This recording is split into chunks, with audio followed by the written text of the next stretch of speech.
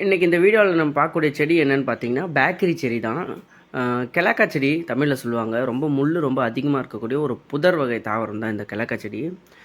இது வந்து பார்த்திங்கன்னா சக்கரை தண்ணியில் ஊற வச்சு ரெட் கலர் எசன்ஸ் போட்டு செடின்னு வந்து நம்ம நிறைய இடத்துல பார்த்துருப்போம் இதை. இது வந்து பார்த்திங்கன்னா ரொம்ப ஒரு புளிப்பான ஒரு வெரைட்டி தான் இது. இதை வந்து பார்த்திங்கன்னா நீங்கள் ஊறுகாய் போடவும் யூஸ் பண்ணலாம். மோஸ்ட்லி வந்து இது பார்த்திங்கன்னா 2 கலரில் தான் இருக்கும். க்ரீன் அப்புறம் வந்து பிங்க்கு. இது வந்து பிங்க் வேரியண்ட் இது. இந்த செடி வந்து வளர்க்குறது ரொம்ப ஈஸி தான் இது. இதை நான் வந்து எப்படி வளர்த்தேன்னா, நம்ம கடையில் வாங்கி ஜஸ்ட்டு சாப்பிட்டு அந்த நல்லா முத்தி போன அந்த விதைகளை வளர வச்சாவே நல்லா முளைச்சிக்கும்.